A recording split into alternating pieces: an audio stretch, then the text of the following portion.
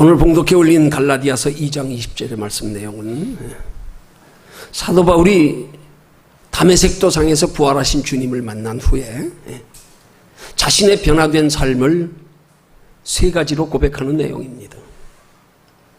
그 고백의 내용은 첫 번째로 내가 그리스도와 함께 십자가에 못 박혔다는 고백이고요. 그 다음 두 번째는 이제는 내가 사는 것이 아니라 내 안에서 그리스도께서 사신다는 고백이고요. 그 다음 세 번째는 이제는 내가 사는 것은 나를 위해서 사는 것이 아니라 그리스도를 위해서 사는 것이라 하는 세 가지 고백의 내용입니다. 오늘 이런 사도 바울의 변화된 세 가지 삶의 모습을 통해서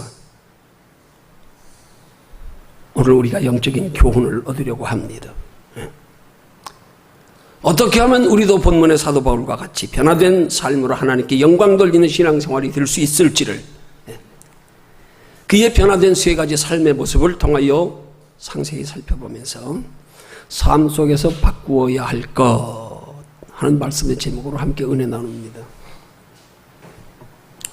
여러분, 성도가 하나님을 만나고 하나님을 통하여 우리를 구원하시려는 하나님의 구원 계획을 예수 그리스도를 통하여 또한 깨달아 알게 되고, 그래서 우리 앞에 영원한 하나님의 나라가 있음을 알고 그 나라를 준비하며 살아가는 신앙생활의 출발점은 오늘 본문에서 사도 바울이 고백하고 있는 이 세 가지 삶의 변화, 이것들이 우리 안에서 있을 때부터 시작됩니다. 그때부터 우리는 영원한 하나님의 나라를 바라보고 소망하며 준비하는 신앙생활이 가능해질 수 있습니다.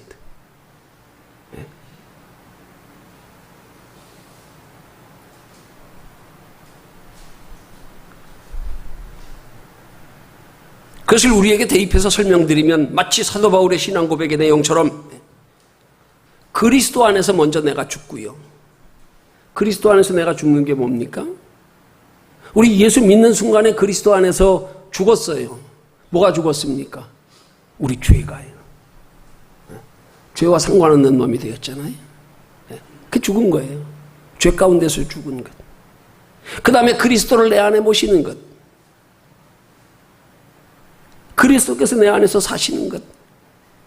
그것은 바로 예수 그리스도의 십자가를 믿는 믿음으로 우리의 죄 문제가 해결된 후에 하나님께서 아담과 하와에게 창조하셨던 그 하나님의 형상, 그것을 부활하신 예수가 우리 속에 찾아오심으로 통하여 회복되어져서 영원히 살게 된 것. 그것이 곧 내 안에 그리스도께서 사시는 것이고 그리스도를 내 안에 모신 것입니다. 그리고 나서 이제부터 나의 삶은 눈에 보이는 세상 것을 따라 육신을 위하여 살던 것이 아니라 그것을 이제는 나를 위해서 살지 않고 주를 위해 사는 신앙생활이 되는 것이라고 바울이 말하는 것처럼 우리도 예수 그리스도를 통하여 죄 가운데 죽은 자가 되고 하나님의 성령님이 부활하신 예수님이 우리 속에 찾아오심으로 그리스도 안에서 산 자가 되고, 그래서 우리의 삶의 목적을 영원한 하나님의 나라에 두고 사는 삶이 되는 순간부터 우리는 사도 바울과 같은 변화된 삶이 가능하다는 사실입니다. 자, 그러면 오늘 본문을 통해서 살펴볼 것은 조금 더 구체적으로 사도 바울의 변화된 삶의 모습을 우리에게 대입시켜서 과연 어떻게 신앙생활하면 그리스도 안에서 내가 죽고 그리스도를 내 안에 모시고 나를 위해 살지 않고 주를 위해 사는 신앙생활이 가능할 수 있을지를 이제 사도 바울의 세 가지 신앙 고백의 내용을 우리에게 대입해서 살펴보며 은혜 나눕니다. 우리의 삶이 사도 바울과 같이 변화된 삶으로 하나님께 영광 돌리고 주 안에서 평강 누리며 그렇게 사는 인생 되기 위해서, 영육간의 복된 삶을 살기 위해서 그 첫 번째 방법, 우리가 바꿔야 할 것이 세 가지가 있습니다. 사도 바울이 그의 변화된 삶으로 바뀐 것처럼 변화되어야 될 세 가지, 그 중에 첫 번째는 우리의 삶의 장소를 바꿔야 한다는 사실입니다. 여기 삶의 장소를 바꾸어야 한다는 말씀의 뜻은 우리의 사는 거주지를 바꿔야 된다는 말이 아닙니다. 예수 믿었으니까 이제 우리 직장을 바꿔야 된다, 그런 말 아닙니다. 우리가 하나님께 영광 돌리며 이후로부터 하나님께로부터 오는 영육간의 풍성한 복을 누리며 살아가기 위해서 내가 이제 가장 가치 있는 것으로 여기며 소중히 여기는 내 인생에 있어서 추구하는 일에 우선순위를 바꿔야 한다는 뜻입니다. 내 인생에 추구하는 것의 우선순위. 한마디로 신앙생활을 세상 일보다 더 소중히 여기고 우선으로 여겨야 한다는 말입니다. 육신을 위한 신앙생활이 되지 않고 이제 육체보다 소중한 영혼을 위해 행하는 신앙생활이 되어야 한다는 말입니다. 그렇게 내 삶에 가장 가치 있는 것과 가장 소중히 여기는 것의 우선순위를 바꾸고 나서, 그리고 나서 거기에 따라서, 그렇게 바뀐 삶에 따라서 필요하면 거주지도 바꾸고, 필요하면 직장도 바꾸고, 필요하면 환경도 바꿔야 한다는 말입니다. 그게 사도 바울과 같이 우리의 삶의 변화된 삶을 위해서 첫 번째로 우리의 장소를 바꾸는 행위란 말입니다. 그 필요를 따라서. 죄송합니다. 이해를 돕기 위해서 제 얘기 잠깐 할게요. 제가 군에서 12년 군생활 하다가 해양대학교로 가게 된 동기가 뭐냐면, 제가 육신적으로 편하려고 간 게 아니에요. 또 제 힘으로 간 것도 아니고요. 제가 한국해양대학교로 군사학 교수로, 교관요원으로 그렇게 가게 된 것은 그 한 가지 목적, 신앙생활 제대로 하려고요. 그때까지만 해도 저 하나님 만나고 나서도 그 해양대학으로 가기 전에 주변 사람들이 너무 의식되는 게 불편한 거예요. 전에 그냥 뭐 다른 사람들처럼 평범하게 그냥 뭐 그렇게 그 사람들이 보기에 모나지도 않고 그냥 성실하게 살았더라면 그러다 교회 나간다고 뭐 사람들이 이목에 집중하여 보지도 않겠지만, 그 전에 제 삶은 한마디로 방탕한 삶이었거든요. 그러던 사람이 어느 날 갑자기 변해가지고 교회 간다 그러면 주변 사람들이 날 보고 자꾸 이상하게 여겨질 것 같아요. 그게 불편한 거예요. 괜히 제가 불편한 거야. 아, 여기서는 불편해서 안 되겠다. 하나님, 나 신앙생활 아무도 모르는 데 가서 이제부터 열심히 잘하려니까 여기서는 불편해서 안 되겠어요. 아, 주변의 동료들이랑 자꾸 나를 아는 사람들이 날 보고 어떻게 저렇게 바뀌었나? 그 좋은 면으로 긍정적으로 바라봐주면 괜찮지만 자꾸 부담스럽게, 야, 너 어떻게 된 일이냐? 너 돌았냐? 아, 제가 얼마나 불편하겠어요. 그래서 기도한 거예요. 하나님, 나 아무도 모르는 데서 신앙생활 좀 열심히 편하게 할 수 있도록 하나님, 내 근무질 좀 바꿔야겠습니다.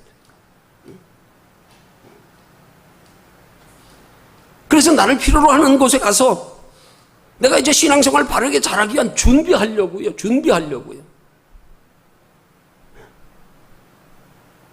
그래서 제가 근무지를 옮기려고 한 거예요. 막상 때가 되어 하나님이 응답해 주셔서 정말 기적적으로 응답해 주셨는데, 그 응답으로 내가 해양대학교를 가보니까 아우, 여기가 천국이네. 군생활 그렇게 정신적으로 힘들게, 육체적으로 힘들게 시달리며 하다가 딱 가보니까 여기가 천국이에요. 그렇게 편할 수가 없어. 한국해양대학교 항해학과 4학년 학생들에게 일주일에 2시간만 가서 강의하면 나머지 시간은 다 4시간. 누가 간섭하는 사람도 없어. 난 2시간만 가서 강의하면 끝나니까. 일주일에 2시간. 너무 편한 거예요. 너무 편한 거예요. 알고 간 게 아닙니다. 편한 줄 알고 간 거 아니에요. 내가 간 게 아닙니다. 하나님이 정말 기적적으로 보내주셨어요. 가서 너무 편하고 좋아서, 그렇다고 가서 편하다고 편하게만 있지 않았습니다.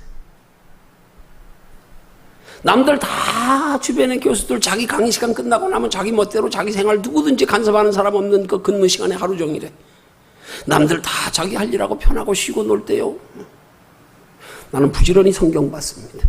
왜? 하나님하고 약속한 게 있기 때문에.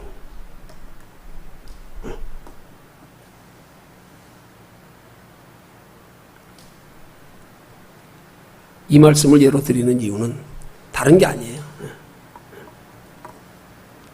내가 신앙생활 제대로 잘해보려고 환경을 바꿨다 이 말이에요. 거주지를 바꿨다 이 말이에요. 근무지를 바꿨다 이 말이에요. 목적이 어디 있는 거예요? 신앙생활 잘해보려고. 신앙생활 잘해보려고. 네.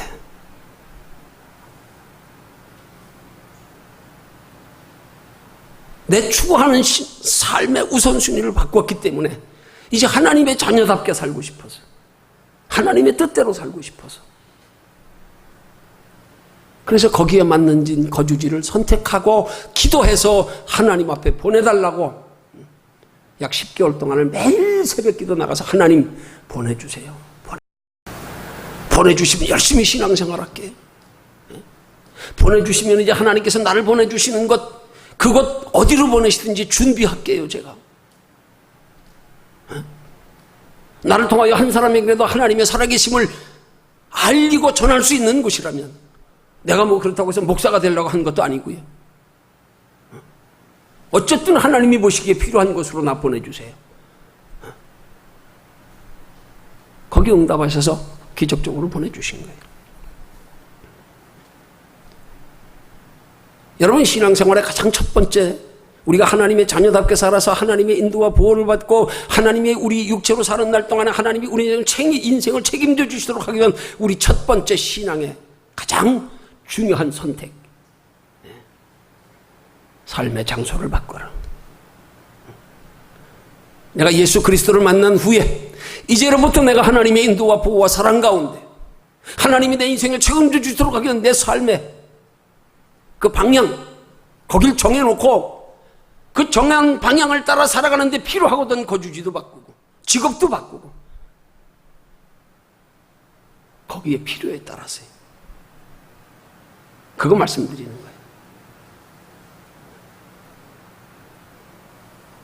성공한 사람들의 7가지 습관이라는 책을 쓴 스티븐 코비라고 하는 분이 또 다른 저서에서 소중한 것을 먼저 하라 하는 내용의 그 책에서 소개하는 적절한 예화가 있습니다. 어떤 시간관리 전문가가 강의 시간에 학생들에게 말하기를, 자, 제가 퀴즈 하나를 낼 테니 한번 우리 함께 풀어보실까요? 그리고는 커다란 항아리 하나를 테이블 위에 올려놓고는 그 안에 아주 큼지막한 돌들을 항아리 속에 채워 넣기 시작합니다. 그리고 잠시 후 항아리에 돌을 가득 채워놓고 학생들에게 묻습니다. 어떻습니까? 이 항아리가 가득 찼습니까? 그랬더니 학생들이 돌이 수북하게 채워진 항아리를 보고 네, 채워졌습니다 하고 대답을 했어요.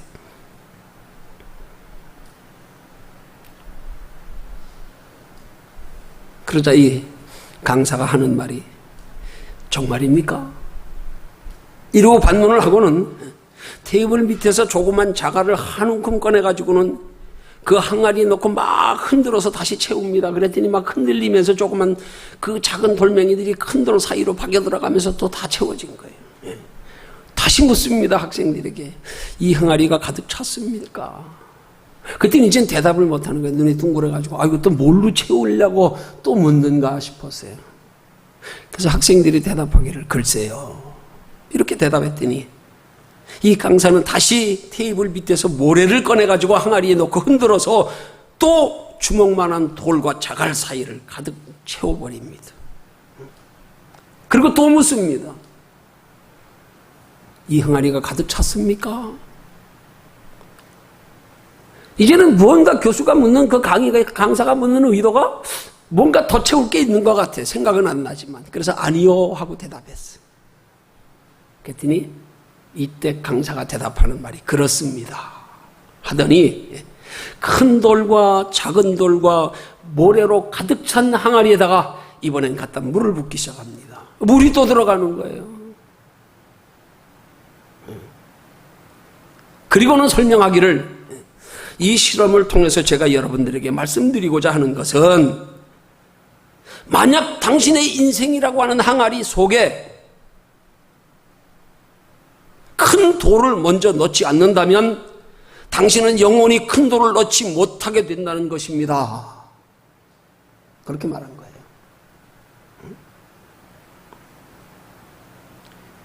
이런 항아리 실험을 통해서 시간관리 전문가가 말하고자 하는 요점은, 인생을 살아가는 데 있어서 중요한 일의 우선순위를 말하는 거예요. 우리 인생을 가치 있게 인간답게 보람되게 행복하게 성공하며 살아가려면 인생의 가치관, 우리가 소중히 여기는 것에 우선순위를 바르게 설정해야 된다 하는 걸 가르치려고요.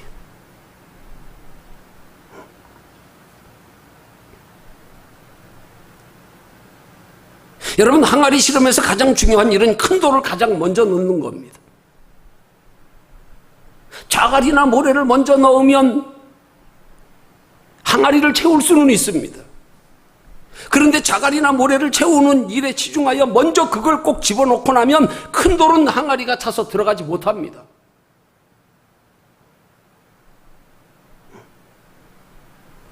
여기 하나님의 자녀된 성도들의 우선순위에 대한 우리의 신앙생활에, 우리의 영적 삶에, 우리의 인생의 궁극적 이 세상에 어디서 와서 어디로 가지는 알고 사는 삶에 있어서 우리의 우선순위에 대한 중요한 영적 교훈이 이 이야기 속에 들어있단 말입니다.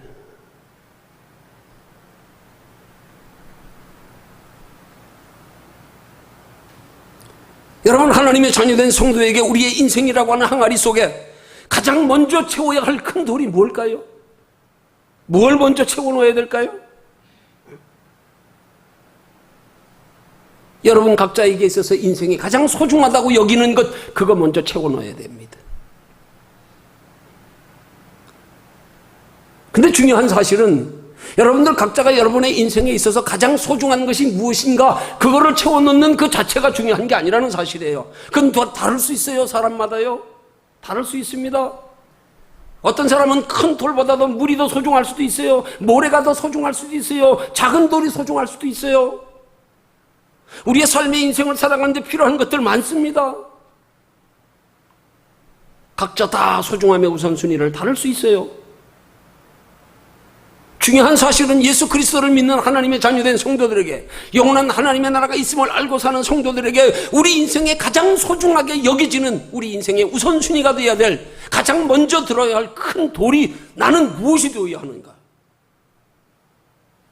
이걸 똑바로 설정해야 된다는 사실입니다.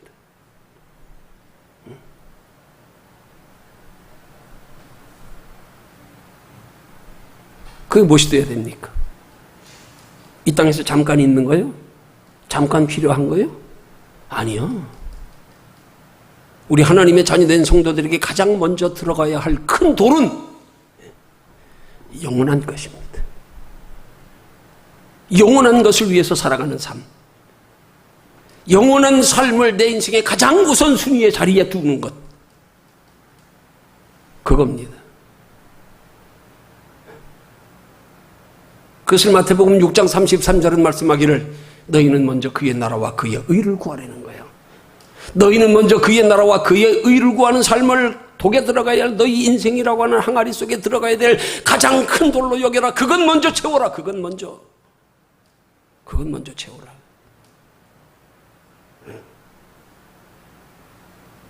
그러면 하나님께서 우리의 먹고 마시고 입는 것을 우리가 힘써 구하는 것보다 더 풍성히 채워주신다는 말씀이 그 다음 말씀.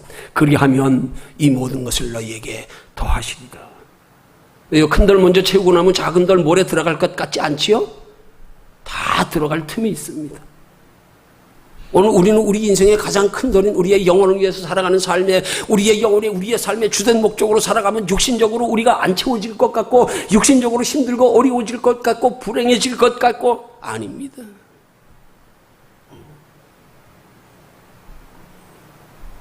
다 하나님이 채워주십니다. 큰 돌 사이에 작은 돌 들어가고 모래 들어가고 물 들어가든요. 예. 그때그때 필요한 것으로 다 채워집니다. 하나님이 채워주십니다. 예.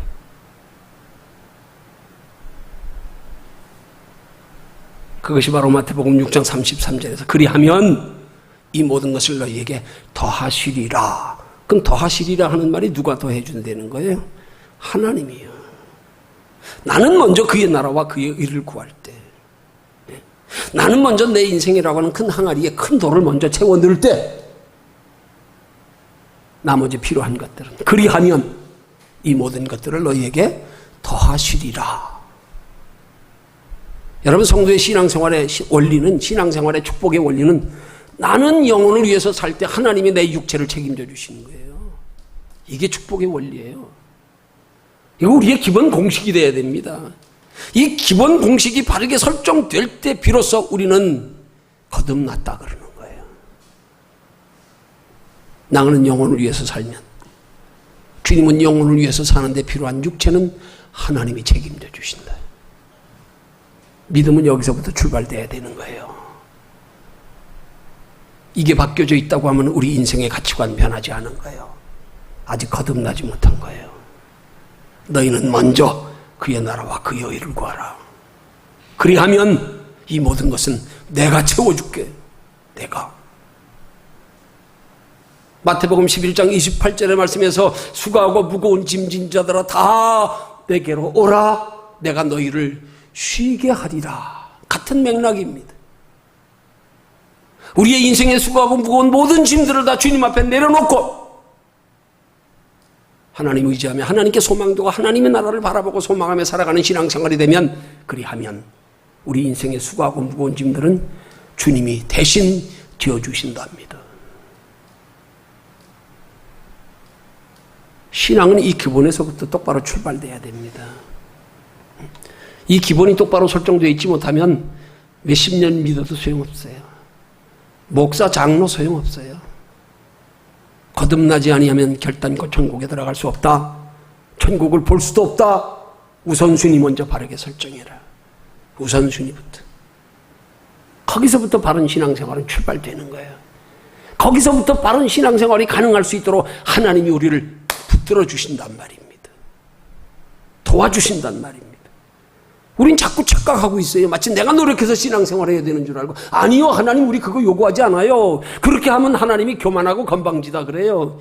네가 뭐 네 힘으로 네 길을 한 자나 더 할 수 있냐? 어디 네 힘 가지고 의롭게 하고 네 힘 가지고 구원받고. 착각하지 마라. 아닙니다. 아닙니다.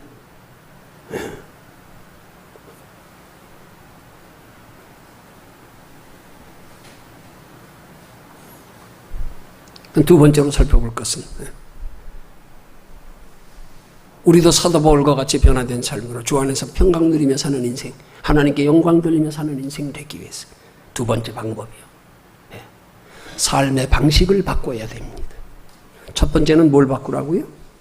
삶의 장소를 바꾸라.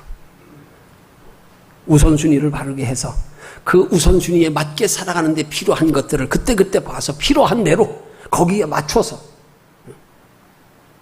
그렇게 필요하면 거주지도 바꾸고 필요하면 직업까지도 바꾸고요. 예수 믿고 나서 보니까 이렇게 살아가지고 이 직업 가지고는 하나님께 영광 돌리며 하나님의 자녀답게 못 살겠어? 이 직업 가지고는 이건 죄만 짓지? 이건 도저히 하나님 기뻐하시지 않을 것 같아? 그럼 직업 바꿔야죠. 당연히요. 거기에 맞춰서 우리의 삶의 장소를 바꾸고, 그 다음 두 번째, 이제 바꾸었으면 이제는 삶의 방식도 바꾸라 이 말입니다. 전에는 내 수단 방법으로 살았습니다. 내 지혜와 내 경험으로 의지하고 세상으로 의지하고 사람을 의지하며 살았습니다. 그러나 이제 예수 믿은 이후로부터는 이제는 내 방법으로 사는 게 아니에요. 내 지식과 경험으로 의지해서 사는 게 아닙니다. 사람과 세상을 의지해서 사는 게 아닙니다. 오직 하나님 의지해서요. 하나님의 방법대로요. 말씀대로요.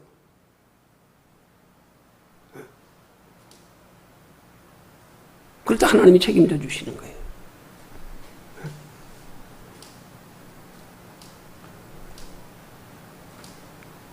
우리가 말씀대로 하나님의 방법대로 사는 삶으로 통해서 하나님이 함께 하심을 경험하기까지는 조금 시간이 걸립니다.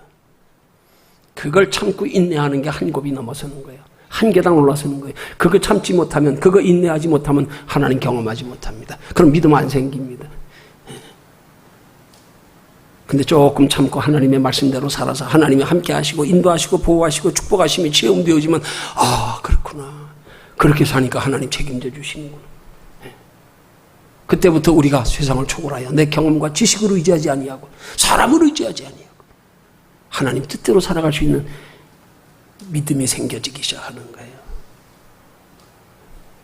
근데 시도도 해보지 않고, 말씀은 머리로는 잘 아는데 그 머리로 잘 알게 된 하나님의 말씀을 실천하여 내 삶에서 체험되어질 때까지 그 인내의 기간, 그 잠깐의 희생,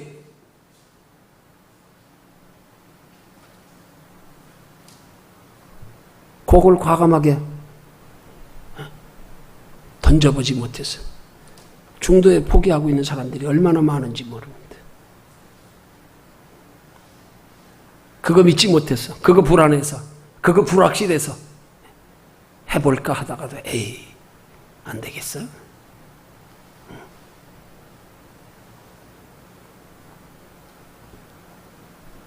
여러분, 신앙생활은요, 신앙과 생활이 별개가 되면 안 됩니다. 그건 신앙생활이 아니에요. 그건 신앙 따로 생활 따로예요. 신앙생활은 신앙과 생활이 하나 되는 겁니다. 신앙이 생활이 되고 생활이 신앙이 되는 거예요. 그것을 로마서 12장 1절 하반절에서 그렇게 말씀하고 있는 겁니다. 너희 몸을 하나님이 기뻐하시는 거룩한 산 제사로 드리라. 이는 너희의 드릴 영적 예배니라.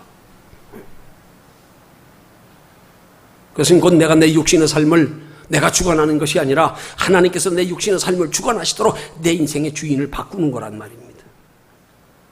이게 삶의 방식을 바꾸는 거란 말입니다. 주인 바꾸면 당연히 삶의 방식이 바뀌어지게 돼 있어요. 성도가 예수 믿으면서도 삶의 방식이 바뀌지 않았다는 사실은 내 속에서 아직 주인이 바뀌지 않았다는 거예요. 주인이 바뀌면 삶의 방식이 자연적으로 바뀌게 돼 있다니까요. 주인이 바뀌어지면 주인이 나로 삶의 방식이 바뀌어진 삶으로 살아갈 수밖에 없도록 끌어가신다니까요. 주인이 바뀌지 않고는 삶의 방식이 바뀔 수가 없습니다. 내 삶의 방식이 머리로는 아는데 아직도 그렇게 살지 못하는 것은 내 속에 아직 주인이 바뀌지 않았다는 증거입니다. 신앙은 머리로만 알고 있을 뿐인 거예요. 그래서 우리 신앙생활은요, 머리로 아는 순간부터 우리에게 과제가 주어진 거예요. 여기 그냥 있으면 안 돼요. 안 됩니다. 이게 이제 기도의 제목이 돼야 돼요. 하나님, 이게 삶으로 나타날 수 있도록, 삶으로 나타나질 수 있도록, 그렇게 살아갈 수 있도록 하나님 나 좀 도와주세요. 기도가 시작돼야 되는 거예요. 네. 아는 것 가지고 머무르면 안 됩니다. 그것 가지고 내가 하려고 착각도 하지 마십시오. 거기에 다 넘어지고 앉았어. 거기에 사탄 마귀에게 참소당해가지고 에이, 나는 안 되나 봐. 나 그것도 못하냐. 자기 스스로 자책하고 앉았고. 아니요, 내가 하라고 하는 거 아니라니까요. 삶의 방식을 어떻게 바꿔야 하는지 말씀으로 알았으면 그 다음에 우리가 할 건 하나님, 나 그렇게 살아갈 수 있게 나 좀 도와주세요. 지혜 주세요. 힘 주세요. 나 그렇게 살기 원합니다. 이겁니다. 이 기도입니다. 그래서 하나님이 내 속에 그렇게 삶의 방식을 바꿔 살아갈 수 있는 지혜를 주시고 마음을 주시고 능력을 주시면 결코 우리가 그렇게 힘들었던 전에 살았던 삶의 방식과 다른 삶의 방식 어렵지 않은가? 재밌네? 살만하네? 하나님 도와주시네? 의외로 쉬운 거예요. 우리 종종 인생 살면서 그럴 때 있잖아요. 굉장히 힘들다고 생각하고, 그렇지만 굉장히 힘들지만 저건 내가 안 할 수 없는 것, 꼭 해야만 하는 것, 그래서 정말 고민하고 큰 결단을 하고 마음 먹고 그 힘든 삶을 내가 스스로 선택하고 들어가 봤더니 내가 그렇게 큰 부담을 가지고 큰 결단을 하고 들어갔더니 들어가서 막상 보니까 견딜만 하네. 견딜만 하네. 그런 거예요. 신앙생활이 그런 거예요. 근데 우린 거기 들어가 보지도 않고 결단하지 못해가지고 마음이 약해가지고 불안해가지고 두려워가지고 안 보여가지고 거기서 머뭇거리고 앉았어요. 거기서 머뭇거리고 앉았어요. 들어가 보세요. 한번 갈등하고 각오하고 뛰어 들어가 보세요. 들어가 보니까 괜찮네. 여기도 재미있네. 하나님이 때를 따라 은혜 주시고 지혜 주시고 능력 주시고 피할 길 열어주시고 뛰어드는 순간부터 하나님과 동행하는 삶이 시작되는 거예요. 말씀대로 살기로 결단하는 순간부터 하나님이 도와주시면서요. 여기서 머뭇거려 전부. 그 다음 단계의 문을 못 들어가다. 이게 문제란 말입니다.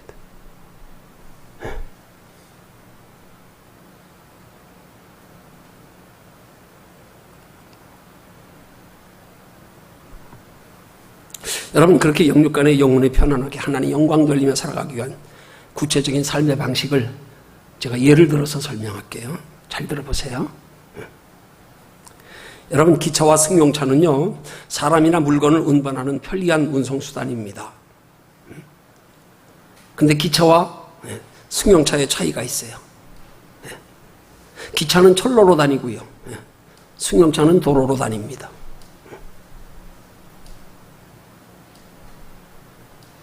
기차는 출발하는 시간이나 역에 도착하는 시간이 거의 일정합니다. 중앙 통제 방식으로 저 위에서부터 이미 정해진 시간에 출발하고 정해진 시간에 도착하도록 돼 있어요. 사람이 그 기차를 이용하려면 정해진 시간에 타야 됩니다. 그 역에 몇 시에 도착하는지 시간을 알고 그 시간에 맞춰야 됩니다. 그리고 기차는 철로의 레일을 따라서 이미 정해진 코스대로만 갑니다. 다른 데로 벗어나지 않습니다. 정해진 역에서만 기차가 섭니다. 정해진 역에서만 사람이 타고 내릴 수 있습니다. 기차가 우리의 개인적인 볼일을 위해서 기차가 아무 데서나 정차하거나 혹은 기다려주지 않습니다. 그럼 비교해서 승용차는요? 승용차는 모든 시간표는 자기 편리한 대로 조정할 수 있어요.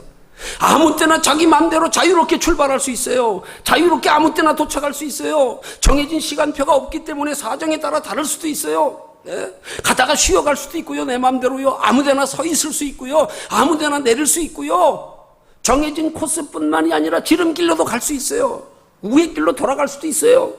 가다가 돌아올 수도 있어요.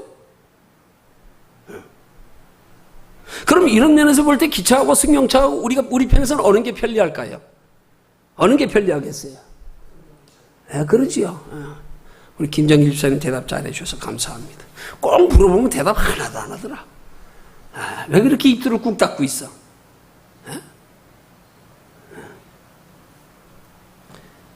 승용차가 기차보다 비교할 수 없이 편하지요. 그 중요한 사실이에요. 그렇지만 승용차는 내가 운행하여 가는 과정에서 목적지까지 가는 과정에서 일어나는 모든 일의 책임이 전적으로 자기에게 있다는 사실이에요. 아시겠어요? 출발부터 목적지에 도착하기까지의 모든 결과의 책임은 전적으로 자기 자신에게 있습니다. 예정된 시간에 목적지에 도착하지 못하여 약속을 잘못되거나 무언가 계획이 틀어지거나 그것도 자기 책임이에요. 가다가 차가 고장나도 사고가 나도 길을 잃어버려 목적지에 도착하지 못해도 다 누구 탓할 거 없어요. 내 책임입니다. 내가 평소에 차 정비 똑바로 안 해서, 내가 길을 똑바로 숙지하지 못하고 가서,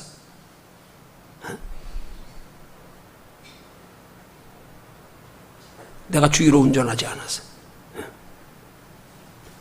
근데 기차는요, 기차는 한번 내가 그 기차에 몸을 실으면 기차에 일어나는 모든 일들, 출발부터 도착까지 과정에서 일어나는 모든 일들에 대하여 우린 책임 없어요. 사고가 나도 철도청에서 책임집니다. 그럼 어느 게 더 안전하고 편한 거예요? 기차가 더 안전하고 편한 거예요, 알고 보니까. 위험하지도 않고요. 위험률도 덜하고요. 기차가 경비도 더 싸게 먹히잖아요. 얼마나 편하게 갑니까? 목적지까지 푹 자고 가도 안내방송 다 나오지요. 다음 역 어디입니다. 준비하세요. 열차가 아무리 복잡하다고 열차 밀리는 거 봤습니까? 여러분, 성도의 하나님과의 관계에서 영적 신앙생활의 원리가 이것과 똑같아요. 똑같습니다. 그렇게 보면 하나님의 자녀된 성도들 가운데서도 두 부류의 성도들이 있단 말이에요. 승용차와 같은 신앙의 사람이 있고 기차와 같은 신앙의 사람이 있단 말입니다. 승용차 같은 신앙의 사람은 인생의 모든 여정을 다 자기 책임하에 자기가 알아서 살려고 하는 사람. 내 인생은 내 거라고. 내가 내 뜻대로 살겠다고. 전적으로 자기 인생을 자기가 계획하고 자기가 추진하고 자기가 준비하고요. 고민하고 근심하고 걱정하고 밤새 집 두 채 셋째도 부셨다가 다시 지었다 하면서 이렇게 살까 저렇게 살까 이렇게 할까 저렇게 할까 언제 할까 어떻게 할까. 학교, 결혼, 직장, 미래 모든 것 다 고민하며 자기가 결정합니다. 다. 반면에 기차 같은 신앙의 사람은요, 전적으로 하나님을 믿고 의지하는 사람이에요. 자기 인생의 계획을 하나님이 추진하고 계신다는 사실, 하나님이 계획하고 계신다는 사실 때문에 그런 것 때문에 굳이 복잡하게 고민하지 않아요. 그저 단지 우리는 주어진 환경에서 내가 믿음 안에 할 도리만 결정하면 끝나는 거예요. 나머지는 하나님이 책임져 주신다는 믿음 때문에. 내가 볼 때는 앞이 보이지 않지만 하나님이 보시기에 맞다고 생각되면 앞이 안 보여도 하나님 책임지시겠지 뭐. 난 오직 하나님의 뜻대로만 살면 되니까.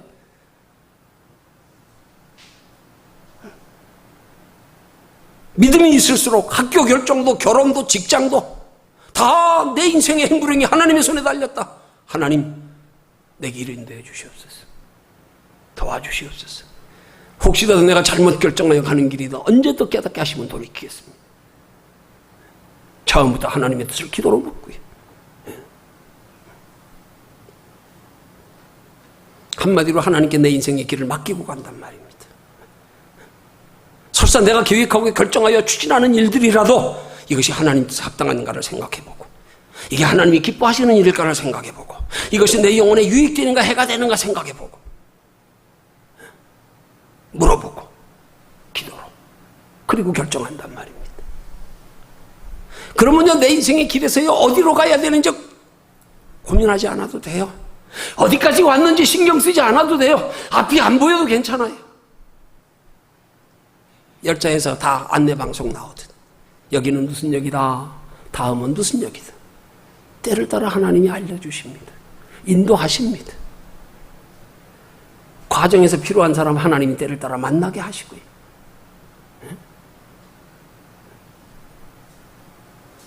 결과까지 하나님이 책임져 주십니다. 열차 타면 모든 사고를 철도청에서 책임지는 것처럼 나 하나님께 내 인생의 앞길을 맡겼잖아요. 구원열차 올라탔잖아요. 하나님 책임져 주십니다.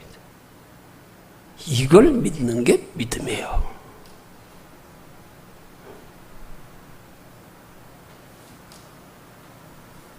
잠언서 16장 9절이 말씀합니다. 사람이 마음으로 자기의 길을 계획할지라도 그 걸음을 인도하시는 이는 여호와시니라. 어떤 사람의 길을 여호와께서 인도하십니까? 의지하고 맡기는 사람의 길이요. 맡기지 않으면 주님도 어쩔 수 없어요. 나는 맡기지도 않고 주님 앞에 인도해 주시지 않다고 원망하지 마십시오. 네가 언제 나한테 맡겼냐? 맡겨야지요.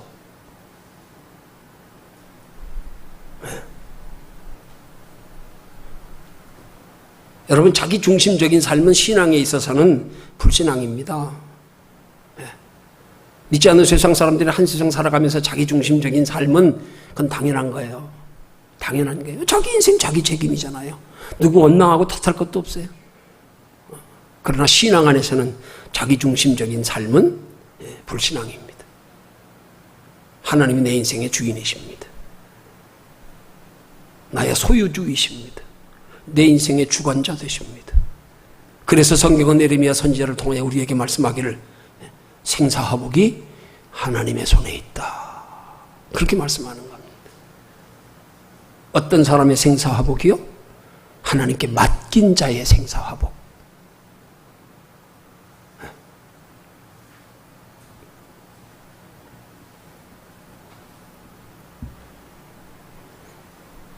내 인생의 핸들을 내가 잡지 않고 하나님께 맡기면 하나님께서 우리의 경영하는 것을 이루어 주신다는 사실을 믿으시기를 주님의 이름으로 축원합니다. 그것을 잠언서 16장 3절이 말씀하잖아요. 너의 행사를 여호와께 맡기라.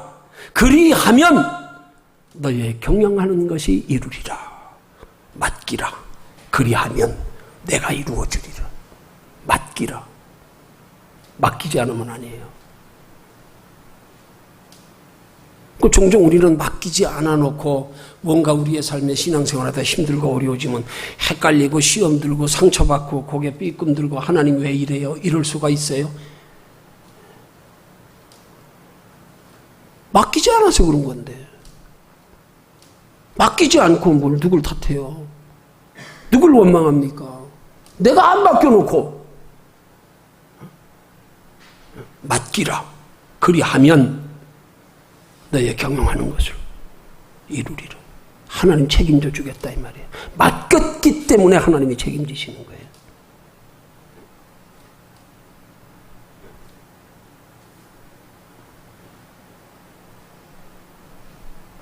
마태복음 20장 11장 28절에서 30절 말씀도 똑같은 원리 아닙니까? 너희 인생에 수고하고 무거운 짐 가지고 어떻게 하라고요? 내게로 와라. 와야지. 나한테 맡겨야지. 가지고 내게로 와라. 그러면 식이 아니라. 내가 부흥회 나가면 이 설교를 자주 하는 설교인데요. 처음 나가는 교회는 꼭 내가 이 설교를 한 번씩은 꼭 합니다. 아마 부흥회 나가서 제일 자주 하는 설교가 이 설교일 거예요. 왜냐하면 부흥회 처음 나가면 꼭 빠질 때마다 첫 번째 할 때 꼭 내가 이 설교를 하니까요.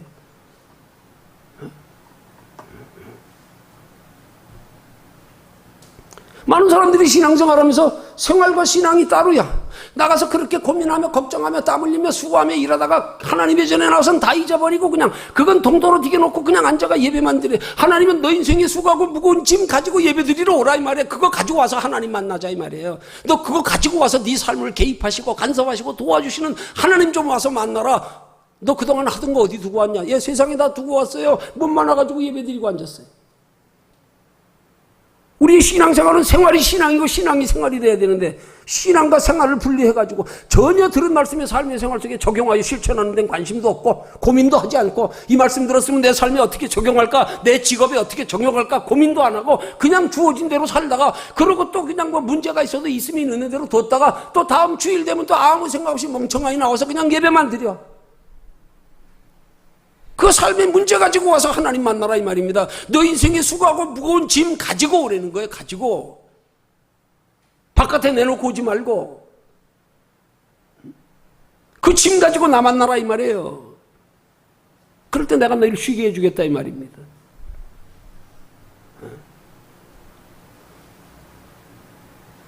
마지막 세 번째 말씀입니다. 사도벌과 같이 변화된 삶으로 주 안에서 평강 누리며 하나님께 영광 돌리는 복된 삶을 살기 위해서 세 번째 방법. 첫 번째 뭐라고요? 삶의 장소를 바꿔라. 두 번째 뭐요? 삶의 방식을 바꿔라. 세 번째는요, 삶의 목적을 바꾸십시오. 이게 가장 중요합니다. 목적만 바뀌고 나머지는 하나님이 바꿀 수 있도록 가능하게 도와주십니다. 목적만 바꾸십시오. 육신을 위해 사는 게 아니라 이들은 영혼을 위해서 산다. 사도 바울의 신앙 고백처럼 이제 내가 사는 것은 나를 위해 사는 게 아니다. 주를 위해 산다 하는 고백처럼요. 이제는 내 삶이 육신을 위한 게 아니라 이제부터는 영혼을 위해서 산다. 하나님, 나 이제부터 영혼을 위해서 살래요. 목적만 바꾸라 이 말입니다. 그런 하나님이 그 목적에 부합된 삶을 살아가는 데 필요하도록 때를 따라 장소도 바꾸게 해주시고 바꾸어 주시고 삶의 방식도 하나님의 뜻대로 살아갈 수 있도록 그때 마음과 생각을 다스려 주장하셨어요. 말씀해 주는 신앙생활을 가능케 하시고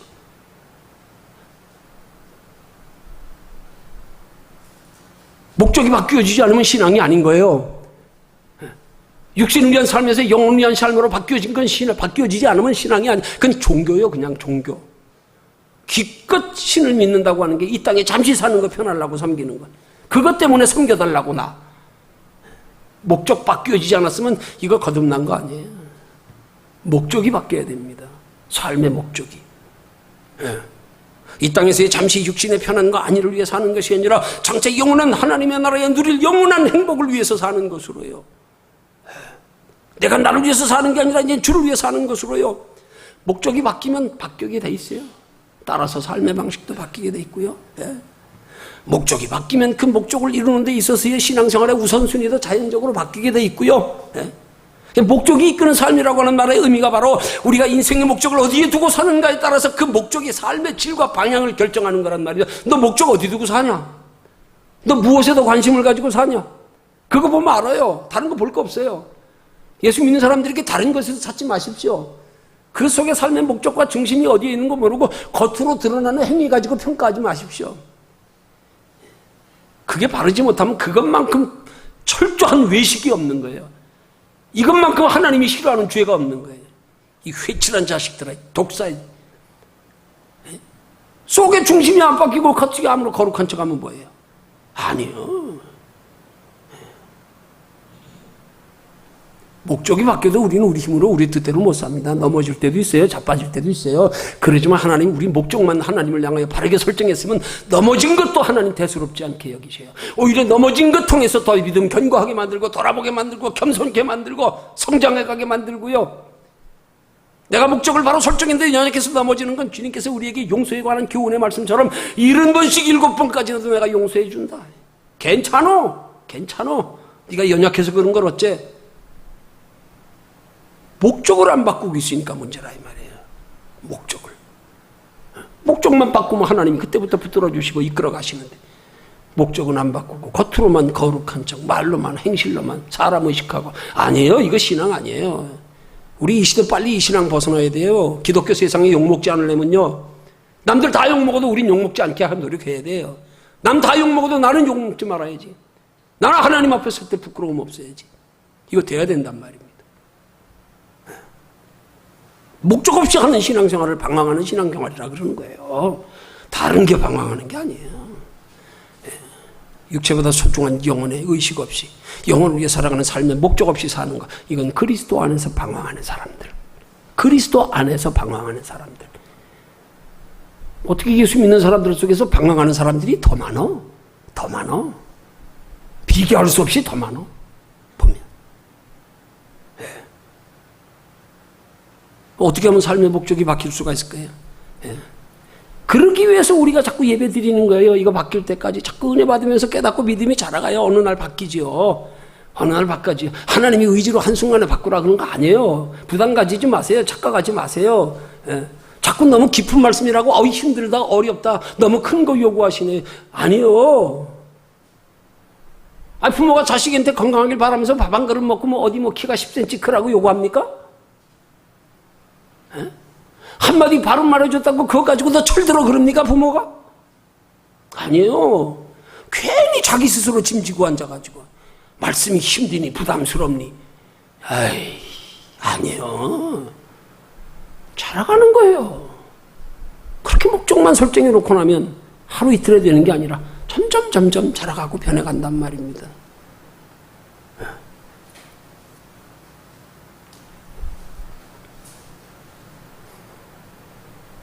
그렇게 우리의 영을, 우리의 목적을, 삶의 목적을 바꾸었어요.